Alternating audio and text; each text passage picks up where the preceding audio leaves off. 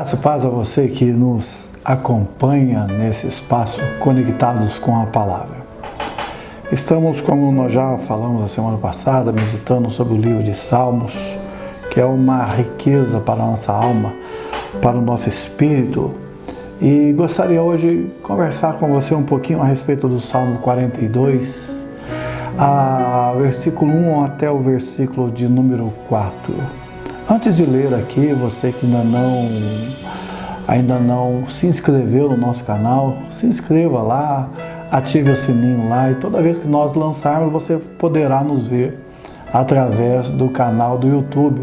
Talvez você nos acompanhe por outras mídias, pelo Face ou pelo Instagram, mas entre lá no canal do YouTube, assine lá e você vai estar recebendo pelo menos 2 meditações por semana. A gente lança ali também as mensagens que são pregadas aqui na Igreja Batista do Calvário, também vai estar lá e você vai ter acesso, você poder meditar, talvez até mastigar um pouquinho mais, como diz, ruminar um pouquinho mais, para que você seja ricamente abençoado pelo Senhor.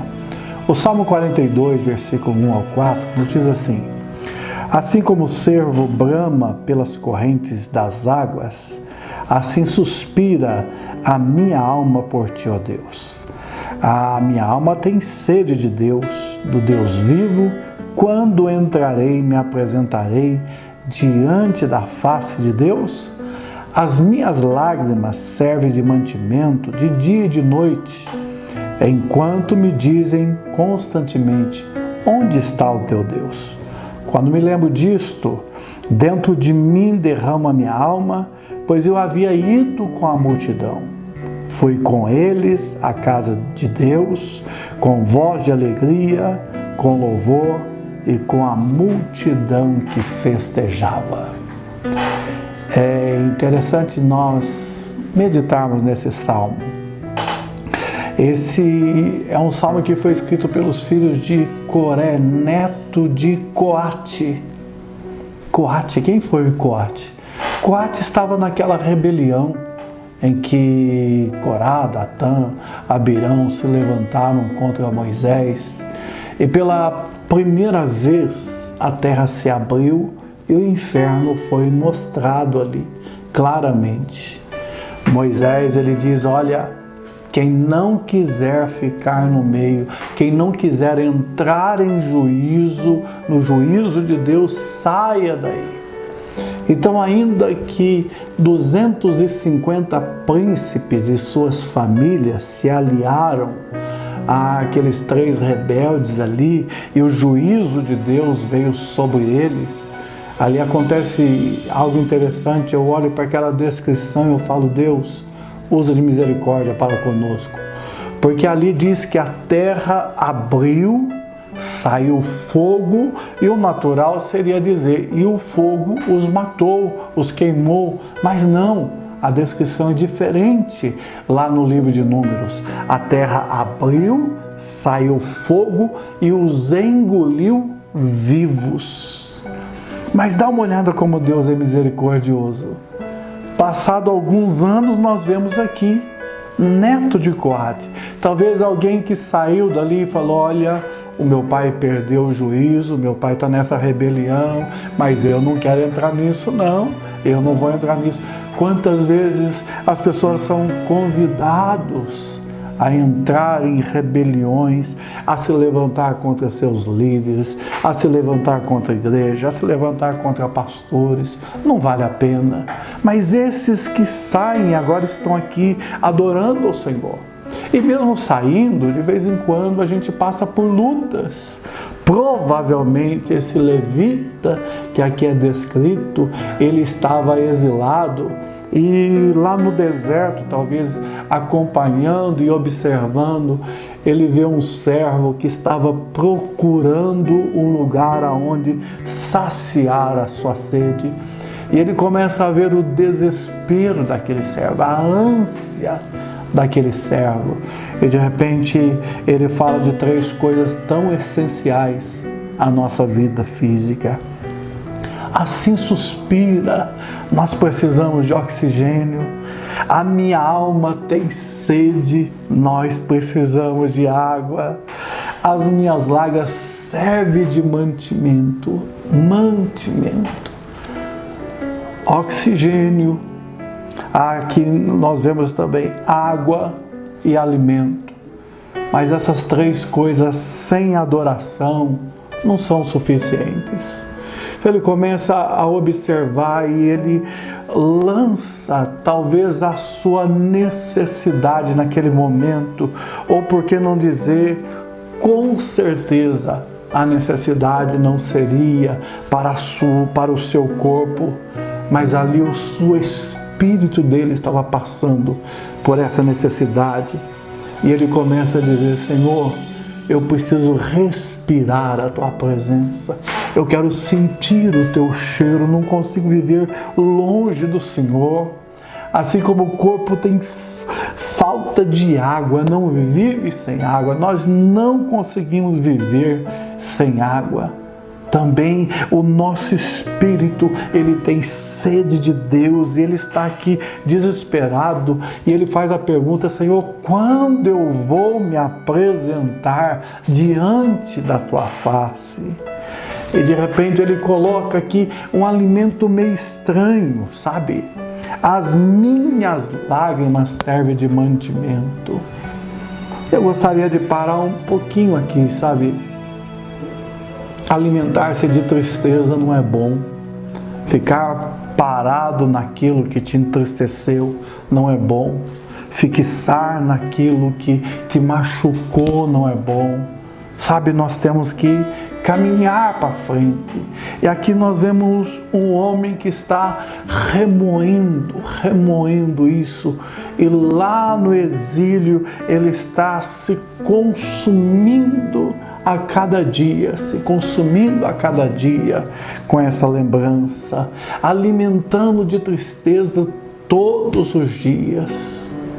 Sabe, o que faltava ali era adoração. Então ele coloca aqui: olha, quando me lembro disto, dentro de mim derrama a minha alma, porque eu me lembro quando eu ia com a multidão à casa do Senhor.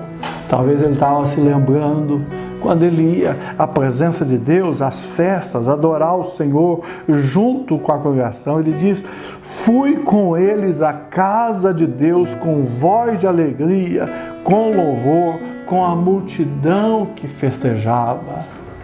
Sabe, esse salmista aqui, ele não tinha a mesma intimidade.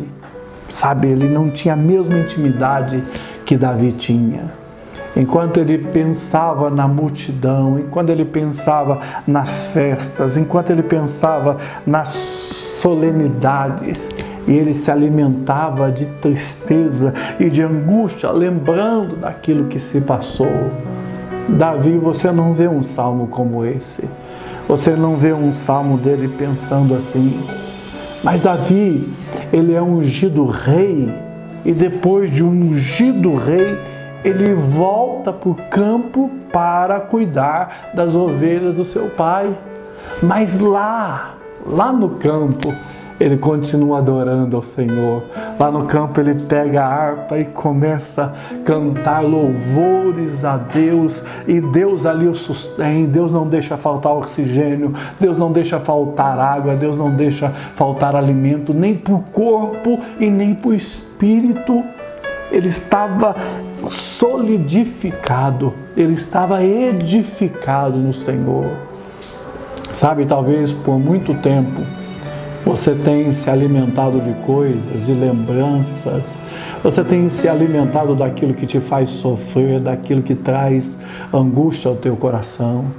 Mas eu quero te convidar nesse dia para que, em vez disso, você alimente a tua alma, o teu espírito do Senhor. Deixa de te alimentar de tristeza, mas busca no Senhor. Tenha um coração adorador. E ainda que não haja uma multidão junto com você, ainda que as pessoas não se unam a você nesse propósito. Deus vai receber o teu louvor, Deus vai receber a tua adoração.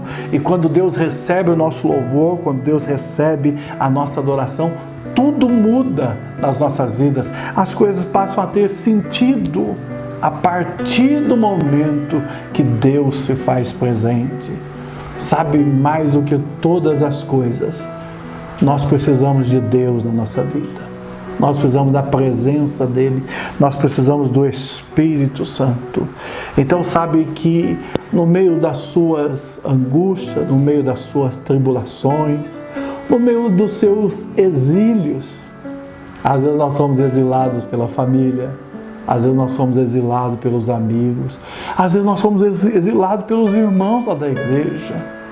Mas no meio de todo esse exílio, sacia a tua sede no Senhor, respira a presença dEle, busca Ele constantemente.